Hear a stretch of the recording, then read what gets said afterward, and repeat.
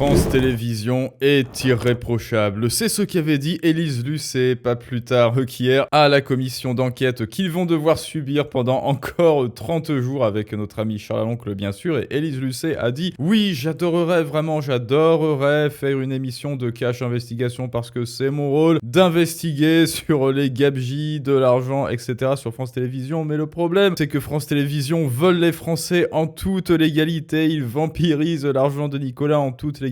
Alors, ça ne sert à rien que je fasse une émission sur eux. Eh ben, écoutez les amis, trêve de bavardage ensemble. On va passer en rétrospective tout ce que France TV met en place pour sucer tout votre argent et on va voir si réellement France TV ne mérite pas un petit cash investigation justement au détriment de Élise Lucet, puisque bien sûr elle ne veut pas cracher dans la soupe de France Télévisions. On voit ça ensemble tout de suite. Le 11 mars dernier, dans l'émission Quelle époque de Léa Salamé sur France 2, la journaliste Sonia Mabrouk, Madame Lucet, vous a lancé « J'attends un cash investigation sur France Télévisions ».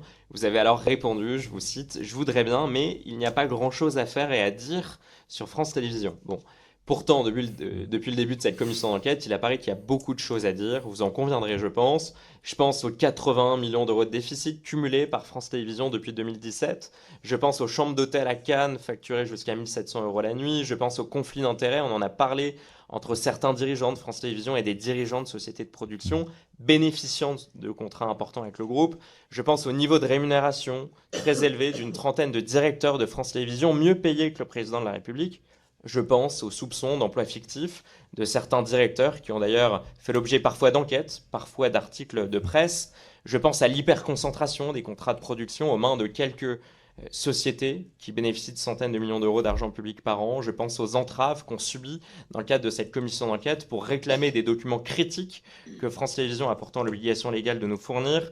Je pense aux communications officielles mensongères du groupe, notamment sur l'état des comptes. Je pense aux pressions d'un ancien président de la République qui est intervenu dans le processus de nomination de Delphine Ernotte en rupture totale de la loi avouée par le même président du CSA en 2015. Je pense aux enregistrements des auditions des candidats à la présidence de France Télévisions lors de la première nomination de Delphine Ernotte en 2015 qui ont disparu selon le CSA.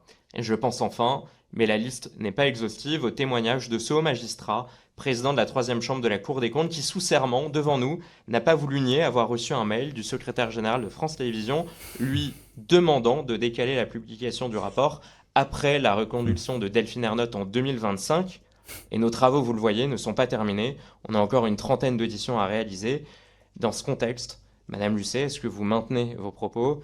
Est-ce que demain, vous songerez à consacrer une émission d'investigation consacré au financement et au fonctionnement de France Télévisions. Au fonctionnement de France Télévisions. Bon, alors je n'ai pas voulu l'interrompre. Hein. Il était sur sa lancée, voilà, il a balancé toutes les gabegies et bien qui nous a été révélé durant ces derniers jours et que l'on a vu ensemble. Ça fait beaucoup, et comme il l'a dit, voilà, à mi-parcours de son discours qui est en fait une longue question, eh bien aucun, et je dis bien aucun, des cadres qui ont été interrogés durant cette commission d'enquête parlementaire n'a daigné révéler son salaire au micro, alors que oui, factuellement, on connaît leur salaire. Mince, c'est dommage, parce que le dire au micro aurait au moins été une preuve de bonne foi, un acte de bonne foi pour dire oui, effectivement, je gagne tant puisque c'est le réel, c'est le réel. Alors je sais que eux, dans leur monde, effectivement, s'ils sont sous silence, s'ils font l'autruche, c'est comme si ce salaire n'existait pas par une espèce de pensée magique quasi ésotérique. Si je ne parle pas de mon salaire, alors ça ne laisse pas Nicolas, alors ça n'existe pas. Non, ce salaire existe bel et bien et le fait qu'il n'en parle pas n'empêche pas le fait qu'on vous ponctionne sur votre argent à vous pour que ça atterrisse dans la poche des cadres et du PDG, Delphine Ernotte, qui s'en met plein les fouilles. Je crois que c'est 400 000 €, brut, tout avantage compris, 400 000 € de salaire annualisé. Et là, vous vous dites certainement, mais c'est pas grave, Élise Lucet, du coup, en étant alerte de toutes ces gabegies, vu que c'est sa passion, là, cash investigation, j'investigue dans les gabegies et quand il y a de trop gros chiffres avec l'argent du contribuable et que c'est illégitime, eh ben non, parce qu'apparemment Élise Lucet a maintenu ses propos affirmant qu'il n'y a pas grand chose à dire sur France Télévisions. Elle a ajouté ne pas être la meilleure personne pour une investigation. Et là, c'est vraiment le culot à l'état pur, parce que déjà que vous ponctionnez 30 000 €, 7 000 €, je crois que c'est la moyenne de 7 000 € de salaire brut à France Télévisions, vous ponctionnez cet argent, c'est déjà un sacré culot, mais Élise Lucet, qui travaille bien sûr pour France Télévisions, elle vous dit, elle qui gère l'émission Cache Investigation, elle vous dit qu'elle n'est pas la meilleure personne pour faire une investigation. Est-ce que c'est pas la meilleure de l'année, ça quand même? Alors c'est dommage, Élise, parce que j'ai retrouvé la réponse d'ailleurs en fouillant. Alors, monsieur le rapporteur, je suis très intéressée par tout ce que vous dites, objectivement. Je ne pense pas être là. Génial, elle est très intéressée par ce qu'on est en train de lui dire dans une commission. Me voilà rassuré. La personne dans la meilleure position pour réaliser une investigation sur France Télévisions, parce que je serai, je le pense, juge et partie. Et donc, par rapport, il y aurait bien sûr l'ombre du soupçon sur tout ce que je pourrais dire ou faire sur France Télévisions. Ou alors tu pourrais être professionnel et décorréler tes passions et ta personne, voilà, de la chroniqueuse de Cache Investigation qui fait son boulot peut-être. Mais je veux le répéter pour les téléspectateurs. France Télévisions fait l'objet de très nombreux contrôles. Vous l'avez dit, des contrôles sociaux, des contrôles financiers, des contrôles de la Cour des comptes. Vous-même, vous êtes en train de faire une commission d'enquête parlementaire extrêmement précise, longue, dont le travail vraiment est important sur l'audiovisuel public et sur son financement. France Télévisions n'est pas une entreprise publique qui ne serait pas surveillée. Elle est surveillée constamment surveillée. Et c'est tout à fait normal. Et je trouve ça tout à fait normal. Je m'en félicite.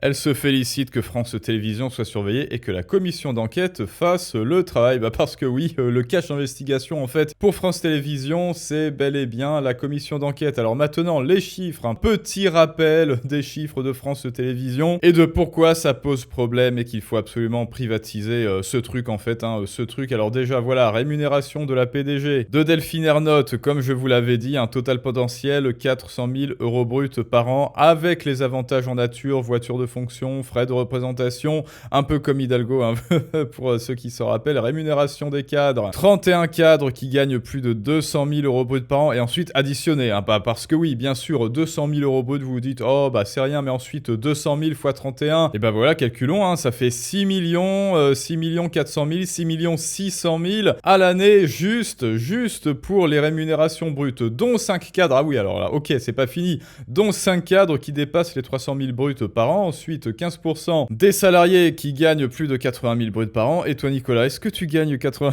000 € bruts par an? Quoi, tu me dis que même en 5 ans, tu gagnes pas ça? Ces hauts salaires sont validés par le contrôle de Bercy. Parce que oui, tout est sous contrôle, tout est légal, appel à Télégame, j'ai le droit, ce sont des chiffres complètement obscènes sur votre argent à vous, mais dites-vous que c'est légal. Oui, sauf que c'est pas Nicolas qui fait la loi, ce sont des gens à qui ça profite, tout cet argent qui fait la loi, évidemment, ça alors, et après ils osent vous dire, ils ont le droit. Oui, c'est vous qui faites le droit, espèce d'enfoiré, voilà. Non mais en fait, c'est un argument circulaire ça, j'ai le droit. Phase 1, je crée les conditions nécessaires pour voler Nicolas. Phase 2, je dis que trop tard, c'est dans la loi. Et phase 3, profit bien sûr, salaire moyen annuel brut, près de 72 000 dans les auditions de 2025, cela équivaut à 6 000 bruts par mois. Ensuite, les avantages en nature, comme on a dit, plus de 50 voitures de fonction, 50 cadres qui ont des voitures de fonction, mais qu'est-ce qu'ils en font? C'est pour aller où? C'est pour faire quoi? C'est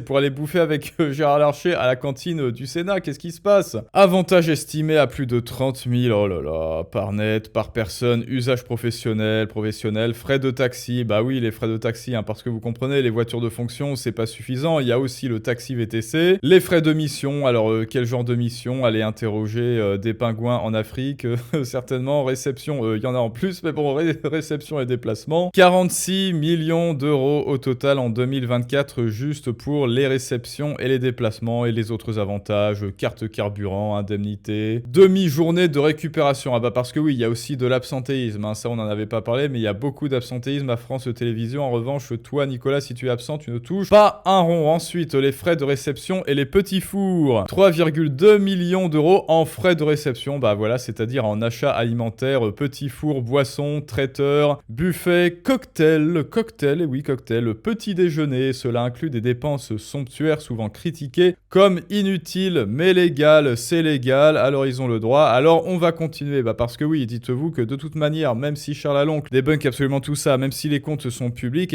comme tout cela est légal, ils continueront tant qu'ils n'y seront pas physiquement contraints, et tant que la loi en fait restera la même, et surtout tant que cela ne sera pas privatisé, tant qu'ils ne seront pas exposés au libre marché, eh bien, ils continueront.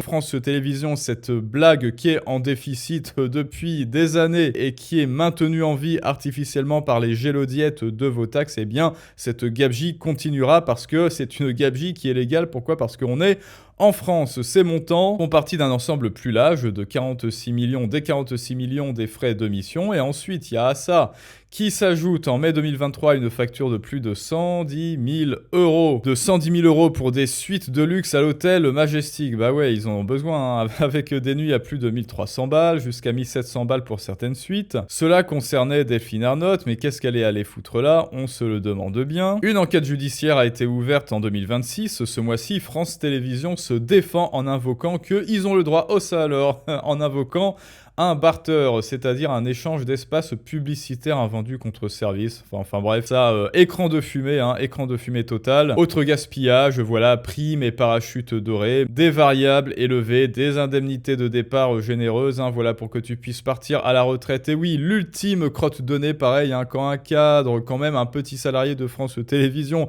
part à la retraite, vous vous dites, ouf, c'est bon, ça va peser moins sur le salaire de Nicolas. Et ben non, hop là, ultime crotte de nez, parachute doré pour qu'il puisse vivre bien et se mettre bien sur votre dos. Bref, la situation globale, déficit de 40 millions d'euros. Pourquoi ? Parce que ils sont dans la nébuleuse de l'argent public. Un déficit de 40 millions d'euros, si ça avait été privatisé, cela aurait été intenable. Et d'ici une semaine, hop, France Télévisions met la clé sous la porte. Capitaux propres érodés, 294 millions. Risque de dissolution sans réforme, mais vous le savez, il n'y aura rien. Pourquoi ? Parce qu'ils se gavent légalement. Donc là, vous le voyez encore, tout cela, tout cet argent, votre argent, c'est le nerf de la guerre. Vous devez absolument vous affranchir, devenir un outsider, un affranchi avec votre argent, parce que tant que vous ne saurez pas le gérer, eh bien ces gens l'utiliseront à votre place, vous le voyez. Et pour ça, tu le sais, la première porte d'entrée, c'est outsider financier, en description et en commentaire. Et d'ailleurs, eh bien, pour ceux qui veulent, voilà, des petites nouvelles de Affranchi, qui est le second programme, hein, le second arc après Rebelle Financier, eh bien vous le voyez, hein, ça avance. Je vais vous en reparler très vite ce mois-ci, hein. Il y a du tournage